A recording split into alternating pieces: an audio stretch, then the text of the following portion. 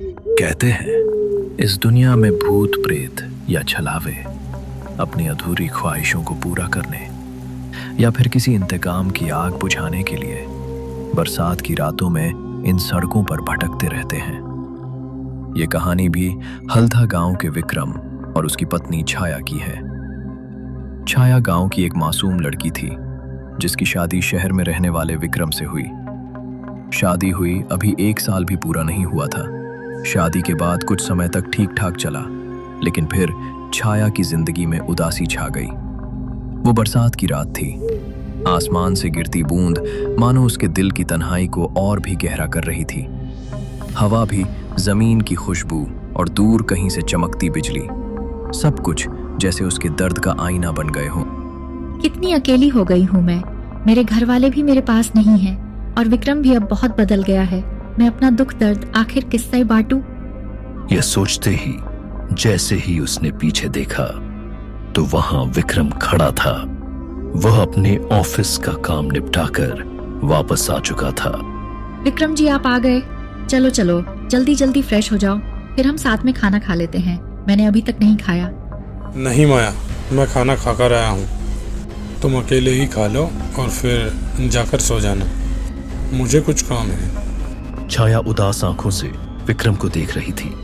विक्रम वहां से जाकर बाहर बरामदे में बैठ गए, जबकि माया चुपचाप अपने कमरे की ओर बढ़ गई। कमरे में पहुंचकर वह बिस्तर पर लेट गई, लेकिन उसके मन में अनगिनत ख्याल बढ़ने लगे। नींद उसकी आंखों से कोसों दूर थी। कुछ देर बाद वह उठकर फिर से बैठ गई। इस समय उसे बाहर से विक्रम की किसी से बात करने की आवाज सुनाई दी।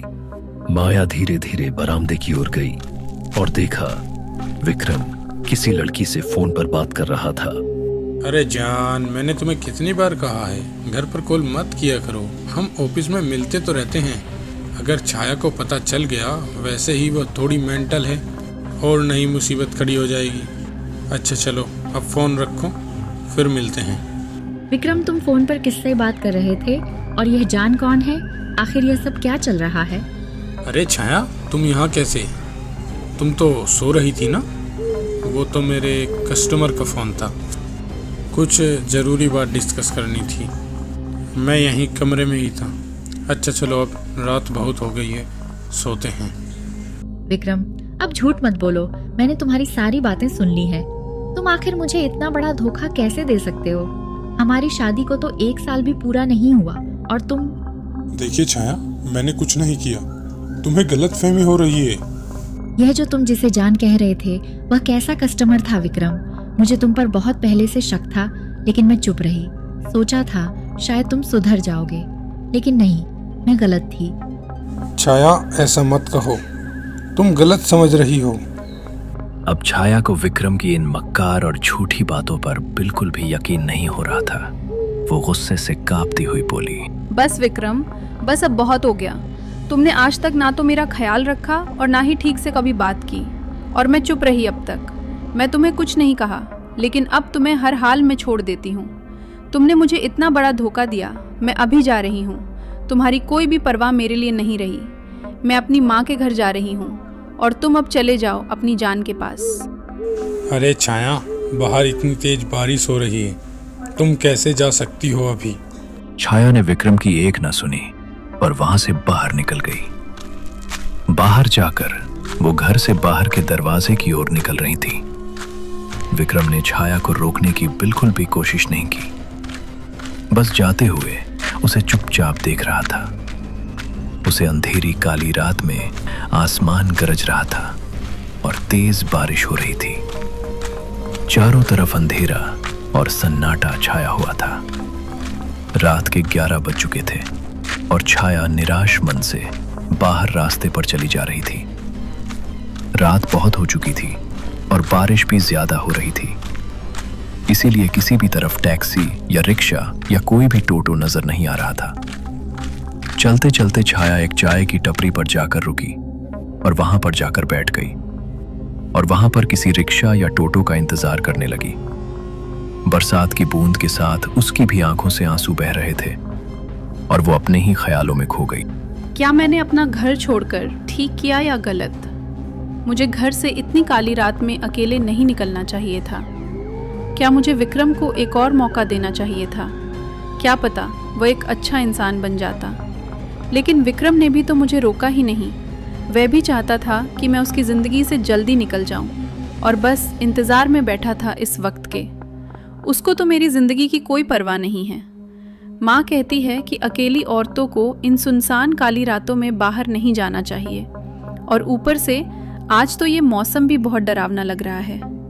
लेकिन अब जो भी हो, जब विक्रम ही मुझे अपनी ज़िंदगी में नहीं चाहता तो मैं क्यों रुकूं? मैं बस अब हमेशा के लिए जा रही हूँ और कभी उसके पास वापस नहीं आऊँगी, कभी भी नहीं। शायद अगर ऊपर वाला मेरी सुन रहा हो तो मुझे इस ज़िंदगी से उठा ले। छाया उदास मन से अपने आप से बातें कर ही रही थी, तभी टपरी वाले ने उसे देखा और उसे पूछने लगा, बेटी क्या हुआ? तुम इतनी उदास क्यों हो और इतनी रात को अकेली कहाँ जा रही हो? क्या तुम्हें नहीं पता इन बारिश की रात में अकेले नहीं निकलना चाहिए? उस बूढ़े टपरी वाले की बात सुनकर छाया अपनी सारी दिल की बात, अपना दुख दर्द सब कुछ उस टपरी वाले से कहने लगी। तब उस बाबा ने कहा, तुम्हारी बात का मुझे बहुत दुख है, लेकिन तुम्हें इस काली रात में इतनी तेज बारिश में अकेले नहीं निकलना चाहिए था। क्या तुम्हें मालूम नहीं कि इन रास्तों से जो भी अकेली औरत गई है वो इन सुनसान रास्तों के चलावे का शिकार बन गई है। तुम्हें घर से नहीं निकलना चाहिए था। क्या मतलब इन छलावों में? विक्रम तो इन बातों पर बिल्कुल भी विश्वास नहीं करता था। अब हर हाल में अपनी माँ के घर जाना है, इसलिए मुझे अभी जाना होगा। नहीं बेटी, चलावे होते हैं और इस काली बरसात वाली रात में तो उनका खतरा और भी बढ़ जाता है। इसलिए अभी मत जाओ, बारिश रुक जाएगी तो फिर चले जाना। नहीं काका, मैं अब नहीं रुक सकती, मुझे अभी जाना होगा। मेरी माँ भी परेशान हो रही होगी और रास्ता भी बहुत लंबा है। मैं यहाँ और नहीं रुक सकती, मुझे अभी जाना ही होगा ज़रूर। अच्छा बेटी, एक काम करो, थोड़ी देर रुक जाओ यहाँ से। मेरी ड्यूटी ख़त्म हो जाए फिर मैं भी तुम्हारे साथ चला जाऊँगा। तुम्हें किसी टैक्सी रिक्शा तक पहुँचकर मैं अपने रास्ते चला जाऊँगा, लेकिन मेरी बेटी ऐसे अकेले मत जाना। उस टपरी वाले काका ने छाया को अकेले जाने से बहुत रोका, लेकिन उसने टपरी वाले की एक न सुनी। वो बहुत उदास थी और बस जल्दी से है अपनी माँ के घर जाकर अपनी माँ को गले लगाना चाहती थी। इसलिए वो वहां से तेजी से उस तूफानी बारिश में निकल पड़ा थी। आसमान में गरज की तेज आवाज गूंज रही थी और बारिश की बूंदें और भी तेज होती जा रही थी। छाया लगातार चलते ही जा रही थी। उसे किसी भी तरह अपनी माँ के पास जाना था, लेकिन रास्ते में ना कोई टैक्सी ना कोई टोटो वाला दिखाई दे रहा था और आसपास उसे कुछ भी नहीं दिख रहा था जिससे वो अपनी माँ के पास जल्दी से जल्दी जा सके। और वहां का माहौल अब और भी डरावना होता जा रहा था। चारों तरफ से अजीब अजीब सी आवाज आ रही थी। चलते चलते छाया एक जगह जहां पर बस स्टॉप होता है वहां पर थोड़ी देर के लिए ठहर गई। क्या पता वहां कोई टैक्सी आ जाए। एक ये बारिश तो थमने का नाम ही नहीं ले रही है। पता नहीं मैं घर कैसे जाऊंगी, लेकिन चलो खैर, अगर कोई टैक्सी नहीं मिली तो भी मैं पैदल ही अपने घर चली जाऊंगी। छाया उस सुनसान जगह पर खड़ी थी जहां चारों तरफ अंधेरा ही अंधेरा था और दूर दूर तक कोई दिखाई ही नहीं दे रहा था। छाया बहुत डरी हुई थी, आंखों में उदासी और चेहरे पर बेचैनी थी। वो वहां पर खड़ी हुई थी कि तभी वहां पर एक छोटा बच्चा अचानक आकर खड़ा हो गया। छाया उसे देखकर थोड़ा सा डर गई। अरे बेटा, तुम कौन हो और इतनी रात में अकेले यहाँ क्या कर रहे हो? तुम्हारे मम्मी पापा कहाँ हैं? अरे आंटी जी, मैं दूसरे गांव जा रहा था लेकिन रास्ता भटक गया और मेरे मम्मी पापा वो इस दुनिया में नहीं हैं। वो तो 30 साल पहले ही मर गए थे। 30 साल पहले? लेकिन बेटा, तुम तो अभी 9-10 साल के ही लग रहे हो। फिर कैसे तुम्हारे मम्मी पापा 30 साल पहले मर गए? आंटी, आप मेरी बात छोड़िए, अपनी फिक्र कीजिए। आपको इस सुनसान रात में अकेले बाहर नहीं आना चाहिए था। वो आपको नहीं छोड़ेंगे, वो आपको ले जाएंगे। कौन मुझे ले जाएगा? ये तुम क्या कह रहे हो? बेटा, तुम आखिर हो कौन? आंटी, मैं तो एक मुसाफिर हूँ, मैं तो अभी चला जाऊंगा। लेकिन आंटी, आपको यहाँ नहीं आना चाहिए था। वो लोग तुम्हें मार डालेंगे। वो तुम्हें जिंदा नहीं छोड़ेंगे। तुम जल्दी से अपने घर भाग जाओ, जल्दी से अपने घर चली जाओ, और तुम्हें नहीं छोड़ेंगे, बिल्कुल भी नहीं। वो तुम्हें भी मार देंगे। जल्दी भाग जाओ। उसे बच्चे की अजीब बात सुनकर छाया के होश उड़ गए। उसके पैरों से जैसे किसी ने जमीन खींच ली हो। तभी वो बच्चा तेज रफ्तार से वहां से भाग गया और आसमान में जोरदार बिजली चमकने लगी। वो बच्चा 1 मिनट में ही वहां से गायब हो चुका था। हम छाया को थोड़ा सा डर लगने लगा था। उसे ये समझ नहीं आ रहा था कि उसके साथ ये क्या हो रहा है। ये बच्चा फिर कौन था? ये क्या चीज था? कौन मुझे मारेगा? आखिर ही मेरे साथ क्या हो रहा है? एक तो मुझे विक्रम ने धोखा दिया, ऊपर से बारिश और सुनसान जगह, और रास्ते में अजीब चीज मेरे साथ हो रही है। मुझे तो आप कुछ भी ठीक नहीं लग रहा है। अब जैसे भी हो, मुझे माँ के घर जल्दी जाना है। छाया बहुत परेशान हो रही थी। एक तो उस विक्रम ने धोखा दे दिया, और ऊपर से अंधेरी रात और उसके साथ अजीब अजीब चीज होना। तभी छाया खड़ी होकर किसी टैक्सी का इंतजार कर रही थी। उसकी नजर सामने जमीन पर पड़ी तो उसने देखा वहां एक औरत सामने पेड़ के पास खड़ी थी। रात बहुत ज्यादा थी, जिससे उसे कुछ साफ दिखाई नहीं दे रहा था। औरत भी उसे ठीक से नजर नहीं आ रही थी। तभी आसमान में जोरदार बिजली कड़कती है और छाया की नजर थोड़ी देर के लिए जमीन से हट जाती है। पर जब उसने दोबारा वहां देखा, वहां कुछ भी नहीं था। छाया को लगा कि शायद यह उसका कोई वहम है, क्योंकि वह डरी हुई थी, इसलिए उसको लगा कि वह कुछ ज्यादा ही सोच रही है। फिर कुछ देर बाद वहां पर एक नौजवान लड़का उसके पास आकर खड़ा हो जाता है। वह एक शरीफ आदमी लग रहा था, जैसे वह भी किसी टैक्सी का इंतजार कर रहा हो। उसे देखकर छाया को थोड़ा सुकून मिला और उसका डर थोड़ा सा दूर हो गया। आप यहाँ क्या कर रहे हैं इस सुनसान जगह पर, वह भी अकेले? मैं अपनी माँ के घर जा रही हूँ। मुझे मेरे पति ने धोखा दे दिया, इसलिए मैं इस रात ही अकेले घर से अपनी माँ के घर जा रही हूँ। वैसे मेरा घर भी गुंजनपुर की तरफ से, मैं भी वही जा रहा था, लेकिन बारिश इतनी तेज है कि यहाँ पर कोई टैक्सी या कोई टोटो नहीं मिलेगा। मैं भी बहुत देर से ढूंढ रहा हूँ, इंतजार कर रहा हूँ, लेकिन कोई भी नहीं मिला। लेकिन क्या आपको डर नहीं लग रहा? डर तो लग रहा है, लेकिन मैं क्या करूँ? मुझे जल्दी से अपनी माँ के गले लगा है, इसलिए मुझे जल्द से जल्द घर पहुँचना है। मुझे कुछ भी समझ में नहीं आ रहा है, मैं क्या करूँ? वैसे तुम्हें सुनसान रास्ते पर अकेले नहीं निकलना चाहिए था, क्योंकि इन सुनसान सड़कों पर बहुत से चलावे घूमते रहते हैं। देखिए, आप मुझे बहुत ज्यादा डरा रहे हैं। मैं पहले से ही डरी हुई हूँ। वैसे भी मेरे साथ कुछ कुछ अजीब अजीब चीज हो रही है। आप ऐसी बातें मत कीजिए प्लीज।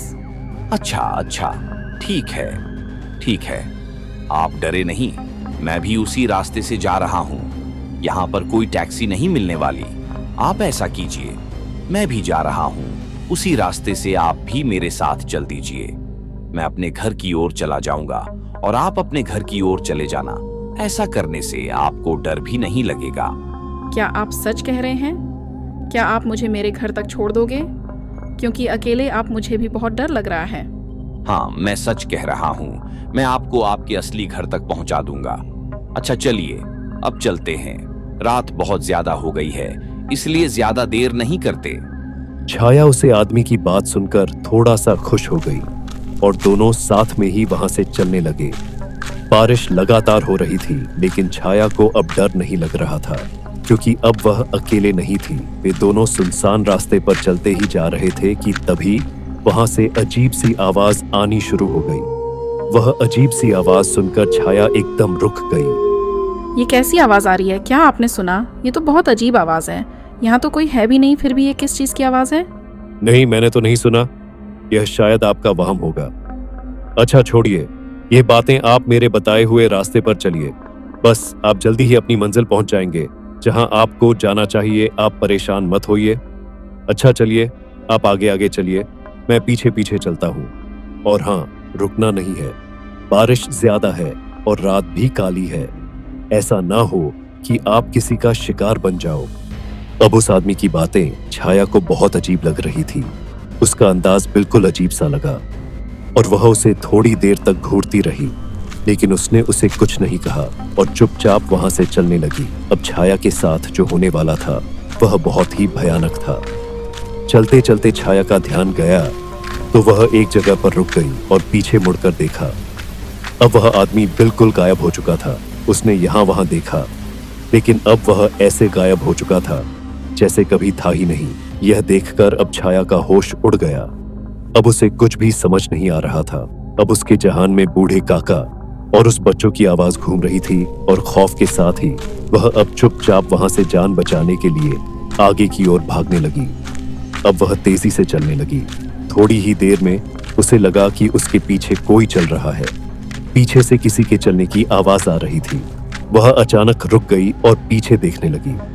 जब उसने पीछे देखा तो उसे एक अजीब सी जानवर के जैसी एक औरत लाल साड़ी में नाचते हुए दिखाई दी, जैसे वह उसे देखकर नाच रही हो, खुश हो रही हो। वह अजीब तरीके से हंस रही थी। उसे देखकर छाया की धड़कन रुक सी गई और उसे दिल का दौरा पड़ गया और वह वहीं पर मर गई। उसे रात एक और औरत उन सुनसान रास्तों के चलावे का शिकार बन गई।